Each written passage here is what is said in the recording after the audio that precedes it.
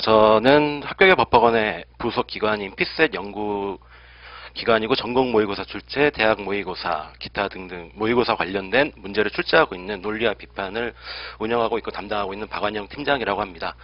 예전에는 제가 자료해석 영역을 강의를 진행을 했었고, 최근에는 대기업 쪽 수리 영역 강의도 하고 있고, 기타 등등 여러 가지 활동을 하고 있는데, 일단 여러분께서는 제가 처음에 항상 설명회를 오면은 여쭤보고 싶은 게 있어요. 과연 내가 왜 5급 공채를 준비하려고 하는 것인가에 대한 스스로의 질문을 좀 해보셨으면 좋겠어요. 일단 본인의 의지에 따라서 5급 공채를 좀 생각을 하고 계신 분들이 있으신가요? 본인 뜻이세요. 자, 그러면 부모님이 시켜서 어쩔 수 없이 지금 오신 분이 계신가요? 아니면 여자친구나 남자친구가 원한다. 그런 분들은. 저는 08년부터 10년까지 행시를 좀 준비를 했었고요. 일행직을 준비하다가 집안적인 개인적인 사정에 의해서 그걸 이제 그만두고 이렇게 온 그런 사람이기 때문에 어떻게 보면 제 입장에서 제가 공부했던 거를 토대로 해서 여러분들께 이렇게 하면 조금 더 짧은 시간 안에 합격할 수 있겠다라는 거를 위주로 좀 말씀을 드리려고 합니다. 그래서 어떻게 보면은 여러분한테는 지금 설명회가 지금 앞에서 뭔 얘기를 하고 있는지 모르겠다라는 분들도 계실 거고, 하지만 어느 순간쯤 오시면은 설명회 때 하는 얘기가 이런 얘기였구나라는 거를 언젠가는 떠올리실 순간이 오실 거예요. 그때를 위해서 좀 준비를 하시면 되겠습니다. 자, 합격의 법학원에 대한 관련 설명인데, 일단 저희 학원은 신림동에서 가장 오래된 교육기관으로 지금 현재도 계속 여러분한테 고시와 함께 계속 교육을 진행하고 있는 그런 학원입니다. 자, 5급 공채 선발 시험과 관련해서 어떠한 식으로 진행이 되는지 여러분은 1년에 쭉 계획을 쭉 잡으시면 돼요. 일단 5급 사무관, 여러분 5급 사무관 되면 어떤 일을 하실까요? 기본적으로 어떠한 정책을 수립하겠다? 안 하십니다. 그 정책 수립은 3급에서 하고요. 5급은 3급이 시키는 일. 자, 우리 이런 정책을 시행하려고 하는데 이거에 관련 내용을 한번 정리해보고 이거에 관련된 어떤 결론을 도출해봐라는 거를 상급에서 막 시킬 거예요. 그럼 여러분들이 이거를 분석하는 일을 처음에는 맡게 됩니다. 요거를 나중에 이제 정책을 이제 만들게 되시겠죠. 그러면 5급 사무관이 되려고 하는데 그럼 어떻게 하면 되느냐? 지금 여러분 준비하고 있는 5급 공채 선발 시험을 하실 수도 있고 국립외교원을 가시는 분도 계실 것이고요. 아니면 좀 힘드니까 7급이나 9급 들어가서 5급까지 올라가 보자 하시는 분도 계실 거고, 아니면 어떠한 경력을 가진 분들을 대상으로 특채를 하고 있는 5급 공무원 민간 경력자 채용시험이라는 것도 있습니다. 이런 방법을 통해서 5급을 진행을 하는데, 근데 왜 5급 이 신림동 와서 고시 공부를 하느냐 보면요, 7급 들어가서 5급 들어갈 때까지 대충의 기간이 한 21년 정도 소요가 돼요. 20년 가까이. 그러니까 그 기간을 적어도 내가 공부하면서 한 2년, 3년 이 기간 동안 한번 마무리 져보자라는 생각으로 보통 많이 도전들을 하십니다. 그러니까 7급, 9급 되는 것도 좋지만 내가 좀 젊음을 투자해서 한번 도전을 해볼 만한 시험이다라는 게 5급 시험이고요. 그렇다면 어떻게 선발을 하고 있느냐 보면요, 1차, 2차, 3차로 나누어져 진행을 합니다. 1차는 여러분이 알고 있듯이 피셋, 그리고 내년부터는 1차 시험 피셋에다가 여기에 헌법이라는 과목이 추가로 투입이 됩니다.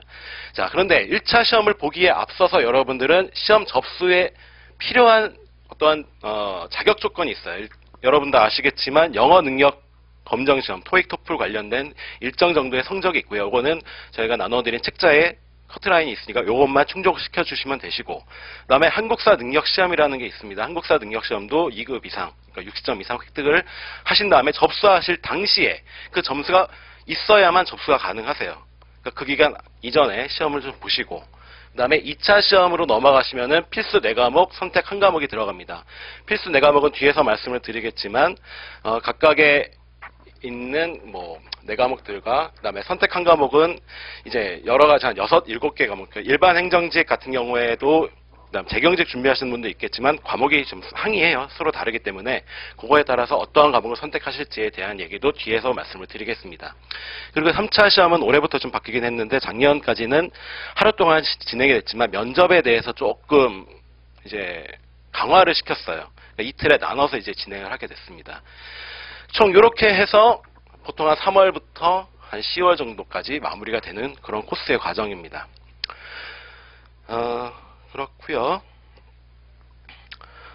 그 다음에 영어 능력 시험 예전에는 2년까지 인정이 됐는데 올해는 이제 3년까지 인정이 됩니다. 단 YBM 같은 경우에 토익이 2년까지밖에 검색이 안 돼요. 그런 경우가 있기 때문에 3년 연장이 됐지만 미리 점수를 올리셔야 됩니다. 그러니까 홈페이지상 고시점.go 사이버상에 올리셔갖고 점수 나 이만큼 언제 받았다라는 거를 2년 지나서 3년이 되기 전에 그 기간 동안에 여러분은 찾아서 입력을 해두시면은 그 성적을 인정을 받게 됩니다.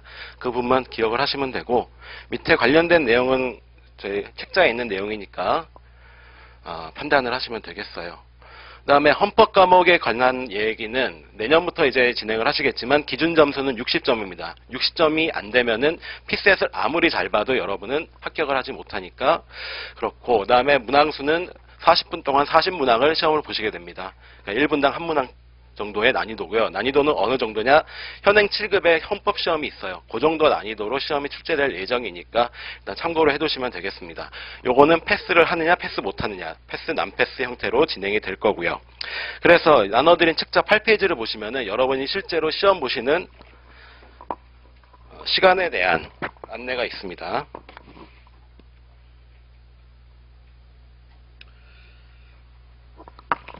보시면은 시간은 과목당 90분이에요.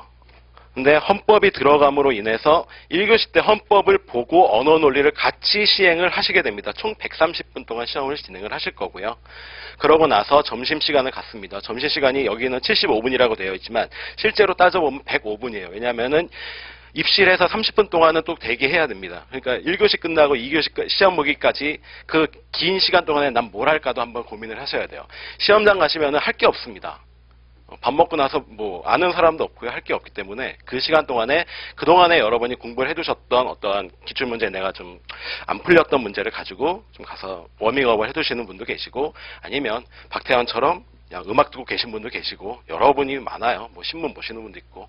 하지만 그 쉬는 시간대에 여러분이 체력 안배를 잘 하셔야 3교시까지 맑은 정신으로 시험을 보실 수가 있습니다. 그리고 시험을 실제로 3교시까지 진행을 하고 나면 언제 끝나요? 6시에 끝납니다. 진짜 그야말로 아침 일찍 10시부터 시작을 해서 6시까지 시험을 보는 1차 시험입니다. 요거는 체력 안배와 집중력 싸움이라고 보시면 돼요. 실제로 여러분이 시험 보러 가시면은 3교시 끝나고 지쳐서 나오시는 분은 거의 1차를 합격한다고 보시면 되고요. 뭔가 체력이 남아 돈다 하시면은 약간 좀 문제가 있으신 분이에요. 그만큼의 노력을 안 기울이신 겁니다. 자, 그렇다면 1차 한번 보겠습니다. 피셋 자체, 언어 자료 해석. 피셋이 담고 있는 뜻은 이거예요. 공직자가 지녀야 될 기본적 소양이나 자질을 종합적으로 평가를 하겠다는데 도대체 이런 걸로 뭐를 평가를 하느냐 싶은 생각이 여러분이 공부하시다 보면 듭니다. 내가 국어를 모르는 것도 아니고 수학을 모르는 것도 아닌데 실제로 문제를 풀어보시면 성적이 여러분의 생각보다 그만큼 안 나오실 거예요. 근데 그런 말들을 많이 하죠. 나는 수능에서 언어 영역 시험 잘 봐니까 언어 논리 잘 볼 것이다. 그렇지 않아요. 왜냐하면은 아까도 얘기한 것처럼 언어 논리에 들어가는 문제에서는 소설이나 수필, 시 이런 영역이 들어가지 않고요. 기타 과학 지문, 또한 논설, 그다음에 주장 관련된 여러 그런 지문들이 많이 등장을 하기 때문에 요거에 대한 글의 추론의 문제에 있어서 내가 글의 전반적인 내용을 다 파악하지 못하시면 좋은 성적을 얻기가 힘든 과목이 언어 논리입니다. 그리고 상대적으로 언어 논리를 여러분이 처음에 기출문제를 한번 출력을 해서 풀어봤는데 그 점수에서 크게 많이 바뀌지가 않는 과목이 언어 논리 과목이에요. 그러니까 예를 들어 한 70점 맞았으면 내가 아무리 공부를 열심히 해도 80점에서 90점이 넘어가기가 너무 힘든 과목이 언어 논리 과목이라는 것만 조금 있고요. 그 다음에 자료 해석 영역은 마찬가지로 수학적인 계산을 요구하는 문제입니다. 이 영역은 약간 차이는 있어요. 얘는 공부를 함에 따라서 100점까지도 노려보실 수 있는 과목이 자료 해석입니다. 특히나 수학을 잘하시든 못하시든 그건 중요한 게 아니고요. 어느 정도의 얘는 스킬이 들어가는 과목이기 때문에 스킬적인 측면만 내가 충분히 연습을 하시면은 100점까지 노려볼 만한 과목이다라고 생각을 하시고, 상황 판단은 얘네 두 개를 약간 짬뽕하는 거에다 플러스 알파가 있는 과목이에요.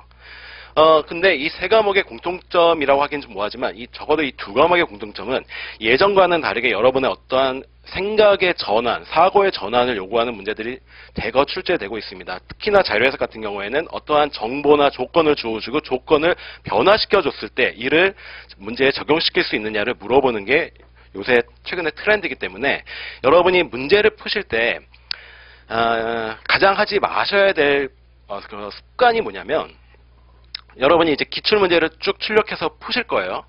풀고 나서 뭐를 하시냐면, 아, 이거 맞은 거, 틀린 거, 아, 틀렸어. 이거 왜 틀렸지? 아, 이것 때문에 틀렸구나 하고 넘어가시면은 점수가 어느 정도 나오냐면 70점 정도가 나옵니다. 근데 이 단계에서 우리가 작년 기준으로 일반 행정을 좀 토대로 말씀드릴게요. 작년 커트라인이 76.66점이에요. 자, 76.66점이라는 거는 무슨 얘기냐면 40문제 각 문항당 2.5점이고요. 2.5점을 적어도 30문제 이상씩, 즉 각 과목별로 한 9개 정도씩만 틀렸을 때 가능한 점수가 76.66점이거든요. 자, 이 점수가 나오기 위해서 내가 그냥 기출문제 풀어봤을 때 한 대충 한 70점 정도 나오는데 어떻게 해야 그러면 이 점수를 넘느냐를 계속 여러분은 이제 고민에 빠지는 순간이 옵니다. 그 기간이 언제냐면은 기출문제 풀고 내가 한번 수업 듣고 나서 다시 한번 기출문제를 풀어봤을 때 점수대를 해보니까 도저히 난 80점이 안 넘어. 그런 분들이 대다수일 거예요. 그래서 여러분은 피셋을 푸실 때는 항상 첫 단계는 기출문제를 푸십니다. 그리고 두 번째는 요거를 검토를 하실 거예요. 맞는지 틀리는지 검토를 하시면은 여기에서 이제 70점 전후반이 나올 겁니다. 그럼 2단계를 넘기 위해서 어떻게 하셔야 되냐면 이제 변형에 들어가셔야 됩니다. 즉, 기출문제에 나와 있는 거에서 어떠한 조건을 본인 스스로가 없애거나 추가시키거나 하신 다음에 그랬을 때 각각의 선택지가 해결이 되는지 안 되는지를 끊임없이 여러분은 검토를 해주셔야 돼요. 그러니까 여러분의 어떠한 능동적인 사고를 피셋이 요구를 하고 있기 때문에 여러분 또한 공부 습관 또한 그런 능동적인 방법으로 바꾸셔야 됩니다. 그리고 네 번째로 가셨을 때는 모든 거를 적어도 한 5번 정도는 푸셔야 돼요. 자, 기출문제는 제가 권해드리는 거는 09년부터 예를 들어 올해 준비를 하시면 15년, 16년 대비까지 준비를 하시겠죠. 요 각각의 시험 문제를 여러분은 쭉 처음부터 시간 재서 쭉 푸실 겁니다. 그랬을 때 어느 순간이 되면 한 번 반복하고 두 번 반복되면요. 각각의 문제에서 이게 함정으로 등장을 했고 이 문제는 이것 때문에 틀렸어. 그 다음에 계산 과정에 있어서도 이렇게 풀면은 좀 빨리 풀었어 라는 생각이 조금씩 들어오실 거예요. 그 단계에서 점수가 어느 정도까지 나와야 되냐면 평균 90점을 넘기셔야 됩니다. 90점 이상이 되면 그 순간에 나는 기출에 대한 분석이 어느 정도 되어 있다라고 판단을 하시고 그 이후에 문제집이든 아니면 모의고사 문제든 여러 강사의 모강 문제든 여러 가지 문제를 이제 여러분은 그때 가서 푸셔야 돼요. 그 전까지는 무조건 기출을 반복을 지셔야 됩니다. 그러니까 이 정도까지 가시면은 되니까 여러분의 초점을 항상 오답 노트라고 하죠. 맞고 틀리고에 맞추시면은 절대 안 된다라는 것만 항상 염두에 두시고, 그다음에 여러분은 하나 좀 신경을 쓰셔야 될 게 아까 언어 자료, 상황 3과목이 있다 그랬어요. 각각의 여러분의 강점이 있는 과목들이 등장을 할 겁니다.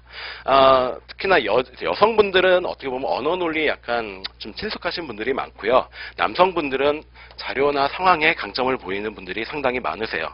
그러니까 제가 권해드리는 건 주로 자료에서는 항상 90점 이상을 항상 목표로 두시고, 그 다음에 언어에서는 그래도 80점 이상은 두셔야 됩니다. 그리고 상황에서는 여러분의 어떤 능력에 따라서지만 얘도 한 80점은 넘기셔야 돼요. 그러니까 여러분이 공부를 하실 때는 항상 목표를 가지고 좀 도전을 하셔야 되는데, 이 점수를 가지고 나는 이 점수대를 받기 위해서 공부를 하신다면 그만큼의 기술적인 부분이 여러분한테 들어가게 될 겁니다. 그러니까 그렇게 생각을 해주시면 되고, 그 다음에 지금 그러니까 전국 모집을 생각하시는 분도 계실 거고, 이 곳에 오신 분들 중에서는 지역을 생각하시는 분들도 계실 거예요. 전국과 지역은 무슨 차이냐면, 여러분이 지원을 하실 때 그냥 전국 모집이 있고 지역 모집이 따로 여러분이 지원을 하셔야 되거든요. 근데 이 지역 모집은 각각의 서울 지역 행정 관련 기관 각각의 지역에서 어떠한 내가 주소지를 몇 년 이상 가지고 있는 사람만이 지원할 수 있는 그런 게 지역 모집입니다. 근데 보통 지역 모집은 어느 사람들이 가냐면 일행을 준비하다가요. 아무리 해도 내가 점수가 1차는 되는데 2차에서 계속 안 되는 분들이 대다수가 지역으로 많이들 넘어가세요. 그러다 보니까 어떠한 결과가 생기냐면 실제로 전국 모집 인원수는 상당히 많고 지역 모집 인원수는 좀 적어요. 그러다 보니까 좀 잘하시는 분들이 지역에 많이 몰리거든요. 나중에 좀 공부 기간이 오래되신 분들이. 어떻게 보면은 되기가 좀 더 힘든 과목이 지역이라고 좀 보시면 됩니다. 그러니까 대다수가 그래서 일행을 많이 준비를 하시죠. 아까 대다수의 그러니까 전반적인 점수는 이 정도의 형성이 된다. 커트라인은 이 정도의 형성이 된다라는 것만 일단 알아두시면 될 것 같고, 2차 시험은 서술형 시험입니다. 서술형이라는 건 여러분이 대학교 때 시험 보신 것처럼 시험지를 주고 거기에 문제를 줬을 때 각각에 대한 논리로서 쭉 문제를 풀어가는 시험을 얘기를 합니다. 요거는 일행 기준으로 말씀을 드릴게요. 필수 4과목, 선택 1과목이 들어가는데 필수 4과목은 경제학, 행정법, 행정학, 정치학 이 4과목이 필수 4과목입니다. 그리고 선택 1과목은 뭐 민법, 정보체계론 이런 것 중에 하나를 선택을 하시면 돼요.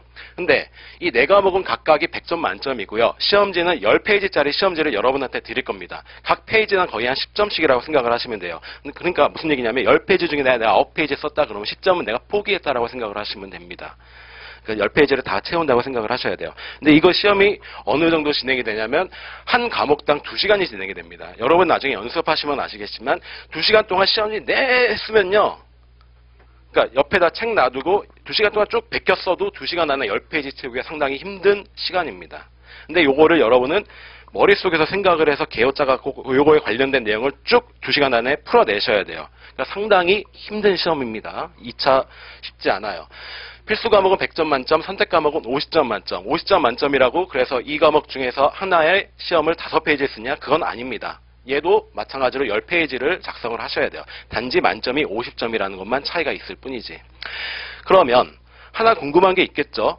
나 이거 선택하는 사람이 있고요. 요걸 선택하는 사람도 있을 거예요. 각각이 50점인데 형평성이 맞겠느냐? 형평성에 맞게끔 조정을 합니다. 채점을 하시는 분들이 전체적인 성적을 쭉 내놓고 각각의 수능도 마찬가지죠. 선택 과목 했을 때 각각의 그런 형평성에 맞게끔 조정을 해주기 때문에 어떠한 과목을 선택하는지 점수에 유리한지 그거는 여러분한테 크게 문제가 되지 않고요. 단지 내가 어떤 과목을 공부하는 게 좀 더 나한테 유리하겠느냐 요거에 초점을 맞춰서 선택 과목을 골라내시면 됩니다. 자, 시험 시기는 6월에서 7월 사이에 진행이 됩니다. 자, 1월 보통 3월 달에 1차 시험이 진행이 돼요. 자, 그 얘기 뭐냐면 3월 달에 1차 시험 보고 나서 2차 시험 볼 때까지 한 석 달, 넉 달밖에 시간이 여러분한테 안 주어지거든요. 석 달, 넉 달 안에 뭘 해야 되냐면 2차 답안을 쓰기 위해서 2차 과목을 쭉 정리해야 될 시간이에요. 그런데 아까 말씀드렸던 것처럼 총 5개 과목을 석 달, 넉 달 안에 정리하는 건 상당히 어려운 시간입니다. 그래서 이 단계에서 여러분한테 항상 권해드리고 싶은 거는 본인이 목표를 잡으셔야 될 부분이 있습니다. 뭐냐면 수험 기간에 대한 목표를 설정을 하셔야 돼요. 자, 저 앞에 계신 분 한번 여쭤볼게요. 내가 5급 공채 어느 정도 준비를 하겠다 생각이 있으신가요? 얼마나? 2년. 2년이면 평균보다 상당히 짧은 기간입니다. 네. 그러니까 이걸 왜 말씀을 드리냐면 이 고시의 함정은 뭐냐? 조금만 더 하면 될 것 같아. 요게 함정이거든요. 자, 그래서 사람들이 포기를 못하고 나가지를 못해요. 계속 여기 머물러 있는 건데 여러분은 그래서 뭘 하셔야 되냐면 나는 2년 아니면 3년 안에 요거를 무조건 끝내놓고 난 나간다라고 생각을 하셔야 됩니다. 그러려면 제가 권해드리는 거는 예를 들어 올해 이제 준비를 하시는 분이라면 내년 3월이 있겠죠. 07년 3월에 1차 시험 패스를 하고요. 2차 시험장 방문까지를 목표로 삼으셔야 돼요. 그러니까 무슨 얘기냐?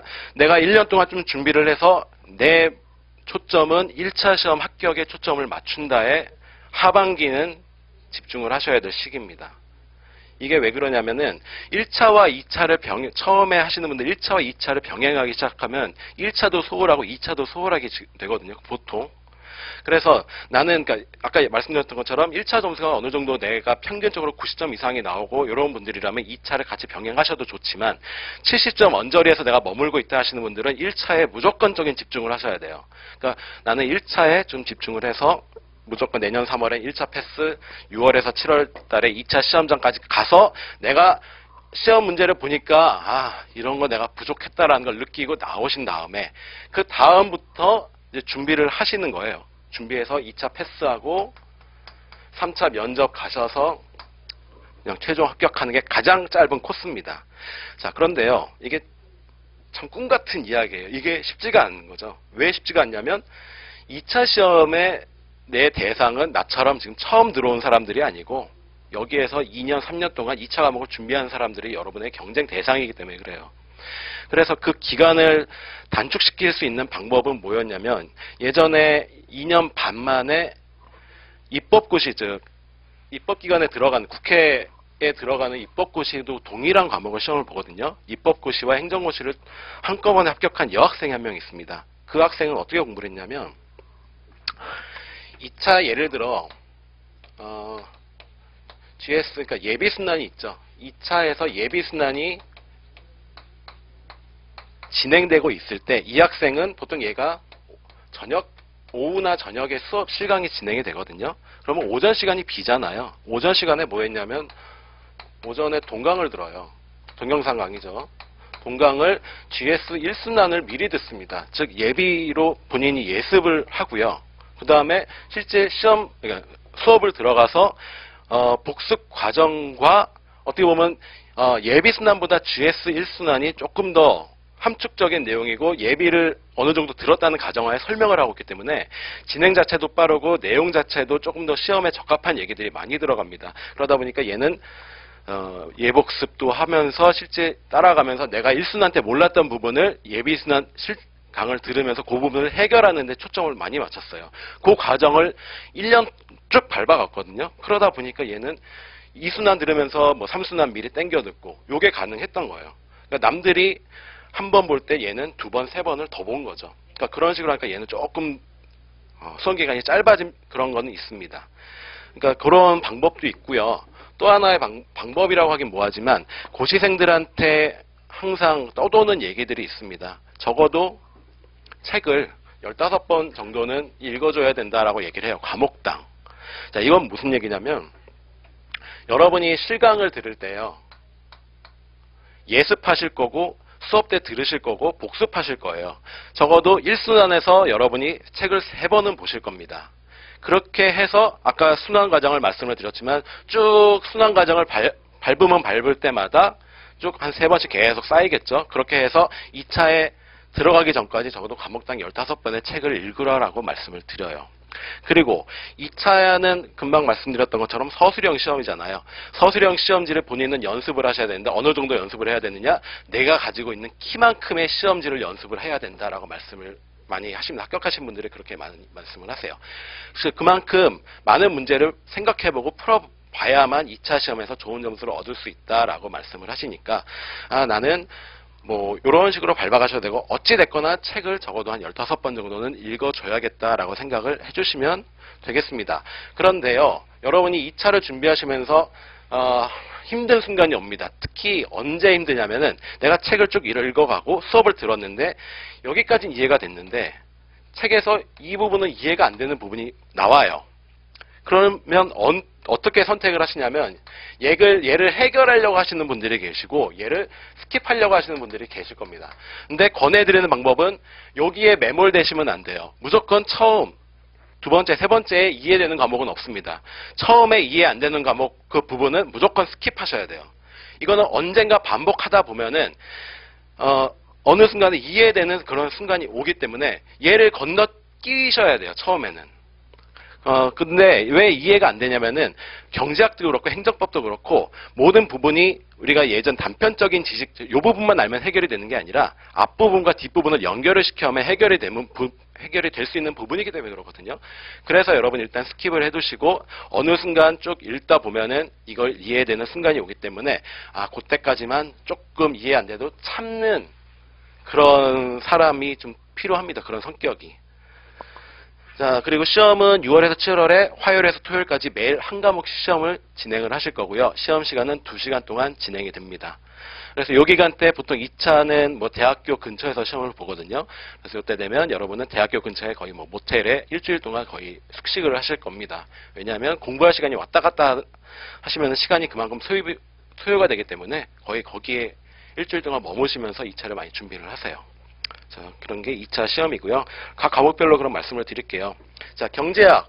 일행에선 특히나 미시것이 아까 말씀드렸던 것처럼 이 두 과목으로 구성이 되고요. 뭐 각각의 얘기는 여러분이 공부하시면서 아실 수가 있는 내용입니다. 단지 여러분한테 말씀드릴 거는 대다수의 고시생들과 고시를 준비하는 사람들이 반드시 필수적으로 봐야 되는 책은 미시경제학의 경우에는 이중구 교수님 책을 무조건적으로 다 보고요. 그 다음에 거시는 정운찬 교수님 책을 거의 대다수가 봅니다. 그런데 가끔 보면은 요거 이외에도 여러 가지 책이 등장을 해요. 그리고 각각의 책이 가지고 있는 장점 또한 있어요. 하지만 대다수가 요거를 보니까 요거는 기본적으로 여러분이 봐야겠다라고 생각을 해주시면 됩니다. 그리고 미시경제학, 거시경제학 마찬가지로 책의 안에 어떠한 연습 문제들이 있고요. 각각의 연습 문제들 무조건적으로 다 풀어보셔야 됩니다. 경제학은 나중에 공부하시다 보면은 좀 알게 되실 거고, 뒤에서 한번 또 경제학에 대한 얘기를 드릴 말씀이 있으니까 뒷부분에서 다시 말씀을 드릴게요. 그리고 행정법은 총론 부분과 강론 파트로 운영이 되어 있습니다. 행정법 책 보시면 두께가 얼마해요. 독서실에서 책 놔두고 배고 자기 딱 좋은 높이입니다. 그래서 행정법 하면서 여러 명이 많이 잠에 빠지는 책인데, 자, 총론과 강론. 총론은 행정법 책 중에 거의 한 10분의 8 정도 차지를 합니다. 그리고 10분의 2 정도가 강론 파트고요. 총론은 전체적으로 적용되는 원칙이나 관련되는 기본 법률 등이 쭉 여러분한테 주어질 겁니다. 그런데 책의 내용은 각각의 단편적인 부분을 나눠서 챕터적으로 설명을 해놓고 있고요. 강론에서는 요거 총론을 기반으로 해서 그 밖에 강론 파트에서 운영되는 세부적인 기타 법률을 강론 파트에서 여러분한테 교육을 시킵니다. 자, 문제는 실제 시험장을 가시면 2차 행정법 문제는 한 4문제 정도 출제가 되는데, 그 중에서 3문제는 총론 파트에서 나오고요. 3문제에서 4문제, 때에 따라서, 그러니까 4문제 다 총론에서 나올 경우도 있고, 1문제까지는 강론에서 거의 출제가 됩니다. 그러니까 강론 부분이 거의 여러분 두권책 보시면 앞부분, 예전에 정석도 그렇잖아요. 앞부분 쭉 봤는데 뒤에는 하얗잖아요. 그런 것처럼 강론 파트에 여러분이 많이 집중을 안 하시는데, 강론도 여러분은 준비를 좀 해두셔야 됩니다. 자, 그런데 이 행정법 책은요, 행정법 과목 자체는 공부를 하시기 위해서 뭐 A라는 건 뭐다, B라는 건 뭐다, 이런 식의 공부 습관은 안 돼요.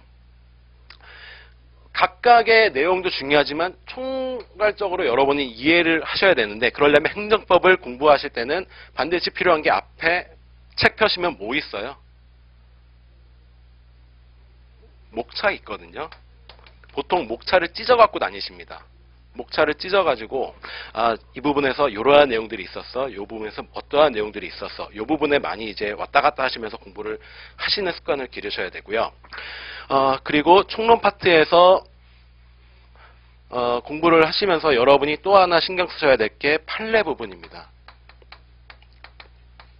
자, 내가 보는 책은 남들도 봐요. 그리고 내가 쓰는 답은 남들도 쓸 거거든요. 그렇다면 여러분은 남들과 좀 차별화를 시켜야 여러분의 답안이 좋은 성적을 얻게 됩니다. 그 차별화는 행정법은 어디에 있냐면은, 물론 관련된 내용의 정확한 전달도 있지만 이것과 관련된 판례들을 여러분은 답안지에 서술을 해주셔야 돼요. 뭐 예를 들어 96가에 뭐 어떠한 판례에 따르면 이러한 사건에 있어서 이러한 판결이 나왔다라는 거를 꼭 답안지에 언급을 해주셔야 됩니다.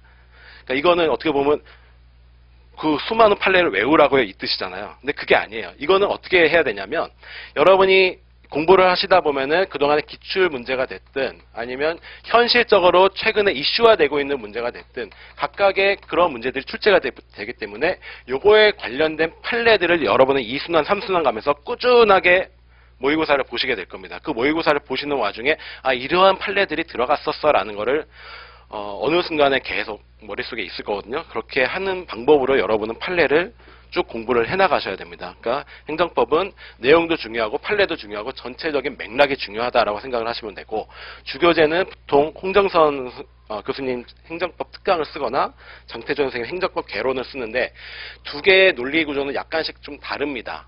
그래서 행정법은 초점을 두셔야 될 건 뭐냐면, 둘 중에 책 한 권만 보셔야 돼요. 두 개를 다 사서 이걸 짬뽕시키면 완벽한 답이 될 거야 라고 생각을 하시면 안 됩니다. 이 사람의 논리로만 따라가셔야 되고 이 사람의 논리로만 따라가셔야 돼요. 절대로 두 개 이론을 짬뽕시키면 얼토당토한 결론이 나오기 때문에 무조건 행정법 책은 한 권으로만 독파를 하셔야 된다라고 생각을 해주시면 되겠습니다. 그리고 세 번째 행정학 과목, 정치학과 행정학은 마찬가지지만 행정학, 정치학, 완벽한 행정과 완벽한 정치가 있나요? 없어요. 그렇기 때문에 얘는 정해져 있는 답이 없는 과목입니다. 그래서 주교재가 따로 없어요. 그래서 여러분은 준비를 어떤 식으로 하시게 되냐면 강사분들이 중요한 내용을 정리해놓은 요약집이 있을 거고요. 그 다음에 그 시대에 맞는 논문들이 쭉 발표가 돼요. 논문집을 여러분한테 드릴 거예요. 그럼 그 논문에 관련된 내용을 여러분은 꾸준히 정리를 좀 해나가셔서 그거를 답안에 옮길 수 있도록 준비를 하셔야 됩니다. 그러니까 얘는 따로 교재는 없다라는 것만 생각을 해주시면 되고, 정치학도 마찬가지예요. 근데 둘 다 행정학과 정치학 둘 다 아무튼 논문과 현실적인 내용을 담는 문제가 출제가 되기 때문에 그것과 관련된 내용을 내가 끊임없이 연구하고 적어놓고 답안에 옮길 수 있도록 준비를 해야 된다. 이것만 초점을 맞춰주시면 되겠습니다. 그리고 선택 과목입니다. 보통 이 세 개를 많이 선택을 하세요. 정보체계론, 정책학, 조사 방법으로 선택을 하시는데 퍼센트 2차 선택 비중이 거의 한 절반 정도는 정보체계론을 많이 선택을 하시고요. 정책학, 조사 방법론은 약간 비슷한 스타일입니다. 특징이 있죠. 상대적으로 분량이 적은 건 정보체계론입니다. 근데 행정학과나 뭐 그런 쪽으로 내가 좀 공부가 많이 좀 되어 있다 하시는 분들은 정책학을 하시는 게 좋아요. 따로 공부하실 필요가 없거든요. 그렇지 않은 분들은 정보체계론으로 따로 가시면 되고, 조사 방법론은 통계학 관련된 얘기입니다. 그러니까 그쪽 약간 수리적인 능력이 있거나 그런 쪽이 좀 친숙하신 분들은 조사 방법론을 많이 선택을 하세요. 그러니까 어떤 식을 선택을 하실지는 여러분이 이제 책을 보시고 이렇게 좀 결정을 해주시면 되겠습니다. 그 다음 3차 시험 이제 면접이죠. 면접은 14년까지 일했는데 아까 말씀드린 것처럼 이틀 240분으로 바뀌었다. 이것만 하시면 되고요. 이게 다 끝나고 나면 이제 여행 가시고 학교 복학하시는 분은 복학하시고 이렇게 하시면 됩니다.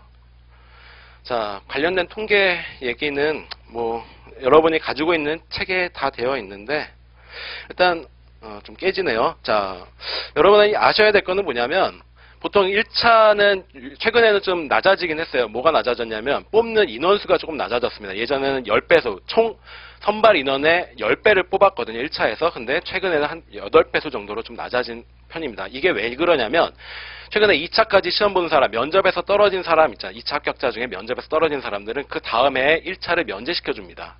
그러니까 그 사람들이 그러니까 선발 인원에서 일정 정도 제한 다음에 나머지 인원을 선발하다 보니까 8배수 정도로 좀 낮아진 거고요.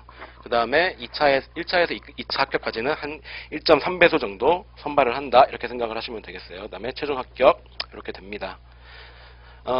이거는 여성 통계고요. 쭉 보시면은 여성 전체 합격자 중에 1차 합격자의 여성 비율은 크게 차이는 없어요. 근데 약간 인원은 줄죠. 그 다음에 2차에서도 한 요 정도 됩니다. 인원도 늘고요. 여성분들이 조금 집중력이 좀 좋으신 것 같아요. 아무튼 이렇게 진행이 되고요. 그 다음에 오늘 오신 분들한테 저희가 드리는 이제 동영상 강의가 이렇게 되어 있습니다.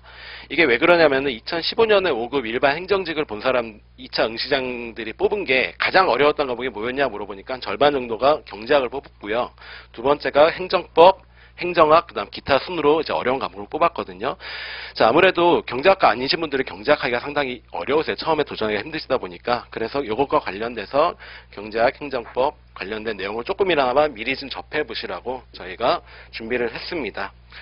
자, 이렇게 전반적으로 짧은 시간 안에 여러분한테 설명을 좀 드렸고요. 이것과 관련된 이제 질문을 조금 받으려고 합니다. 개인적으로 나는 좀 모르겠다 하시는 분들은 좀 질문을 해주시면 좋겠어요. 혹시 질문사항 있으신가요? 그러면 제가 한번 여쭤보죠. 이 중에서 지금 학교 다니시는 분들 계신가요? 내년에 다니실 분들? 어떻게 준비하실 거예요? 그러니까 학교 다니시는 분들이 가장 고민은 뭐냐면 내가 신림동을 들어와야 되느냐 말아야 되느냐, 들어온다면 언제쯤 들어와야 되느냐가 가장 큰 고민이 되고요. 그 다음 뭐 그런 질문도 있을 거고요. 그 다음 두 번째 궁금하신 많이 나오는 것 중에 하나는 나는 집에서 통학을 하는데 통학을 해도 되겠느냐, 꼭 신림동을 들어와야 되느냐, 요거에 관한 질문들이 가장 많이 나옵니다. 제가 권해드리고 싶은 거는 일단 만약에 내년에 휴학을 하시고 본격적으로 준비를 하셔도 좋고요. 그게 아니라고, 그러니까 일단 학교를 다녀야 되는 분이라면 무조건적으로 1차에 좀 집중을 포커스에 맞춰서 준비를 하셔서 1차 합격하시고 나서 들어오셔도 돼요. 단지 그 기간 동안에 인강이 됐든 실강이 됐든 어느 정도 2차 과목을 조금씩은 들어주시는 게 좋고, 그 대신에 인강을 들으실 때 여러분이 초점을 맞추셔야 될 부분은 어디에 있냐면, 이 경제학과 행정법은 여러분이 책을 본 시간만큼의 보장이 되는 과목입니다. 내가 1차에 집중을 하더라도 얘 두 과목은 인강이 됐든 혼자 독학이 됐든 무조건 계속 끌고 가셔야 돼요. 이 두 과목은 반드시 꼭 필수적으로 가셔야 되고, 나머지 행정학, 정치학은 그 후에 차후에 밀어주셔도 됩니다. 그래서 복학을 하시더라도 1차 하면서 경제학하고 행정법은 좀 초점을 맞춰서 좀 꾸준히 공부를 해주자, 이렇게 말씀을 드리고, 그 다음에 휴학을 하고 뭐 신림동에 들어올까 왔다 갔다 할까 고민을 하시는 분이 있다면, 제가 개인적으로 권해드리는 방법이라고는 뭐하지만 상반기 때는 집에서 다니셔도 돼요. 근데 하반기 들어가서 한 9월, 10월 넘어가면 그때부터는 1차에 약간 투여를 시간을 많이 하셔야 되거든요. 그때는 신림동을 약간 들어와서 같이 공부를 하시는 게 좋습니다. 그런데 제가 꼭 신림동을 들어오지 말라고 하는 분들이 계시는데, 어떤 분들이냐면 재수학원 다니신 분, 그러니까 기숙학원이죠. 기숙학원 다니신 분하고, 그다음에 부모님 안 계시면 공부 잘 못하시는 분 있어요. 남의 눈치를 좀 보셔야 되는 분. 그런 분들은 신림동 절대로 들어오지 말라고 제가 말씀드립니다. 여기에 오시면 흔들릴 여지들이 상당히 많아요. 왜냐하면 아무래도 학생 젊은 분들이 많이 모여있다 보니까 술집이 많고요, PC방이 많고요, 커피숍이 많습니다. 그러다 보니까 좀 외로움 많이 타시는 분들은 여기서 많이 그런 유혹에 많이 빠지세요. 그러니까 그런 분들이 있다면은 신림동 안 들어오고 집에서 공부를 하시는 게 낫습니다. 자, 또 질문이 있으신가요? 네. 네. 고시반하고 병행을 하시는 분이다. 거치를 어디서 하는 게 좋겠느냐라는 질문이시죠. 학교 혹시 성균관대세요? 성대면 왔다 갔다 하기는 조금 부담스러운 위치일 수도 있겠네요. 어떻게 보면. 근데 고시반이 됐더라도 어떻게 보면 고시반은 수업 자체를 일단 실강 아니면 인강으로 대다수가 많이 듣잖아요. 근데 실강 적어도 예비순환하고 1순환 정도는 실강을 한 번은 주시는 게 좋거든요. 따라가실 때는 통학을 하시는 게 좋고요. 그 다음에 체력적으로 언제가 많이 떨어지면 아까 말씀드린 10월 달엔 좀 많이 떨어져요. 그러니까 고시반은 있으시겠지만 9월에서 10월 정도는 신림동에 오셔서 하시는 게 조금 체력적으로는 좋으실 거라는 판단이 듭니다. 근데 뭐 고시반의 장점은 있죠. 같이 공부를 하다 보니까 모르는 거를 서로 스터디를 통해서 해결할 수 있다라는 부분의 장점이 있기 때문에 그 부분을 우선시하느냐 아니면 실강을 강사와 함께 하면서 내가 모르는 파트를 바로바로 해결할 수 있는데 초점을 맞추느냐, 이거에 따라서 결정을 하시는 게 좋으실 것 같아요. 그래서 처음 하시는 분들이라면 저는 웬만하면 신림동 오셔서 하시는 게 좋을 것 같아요. 고시반에 계신 것보다는. 예, 또 혹시 다른 질문 있으신가요? 예. 헌법 수업 관련된 부분은 제 행시 팀장님이 진행을 해주실 것 같고요. 그거에 관련된 얘기는 나중에 말씀을 드리겠습니다. 추가적인 질문은 제가 밑에서 받거나 여기 남아있을 테니까 개인적으로 오셔서 질문을 해주시면 좋을 것 같아요. 네, 감사합니다. 여기까지 하겠습니다.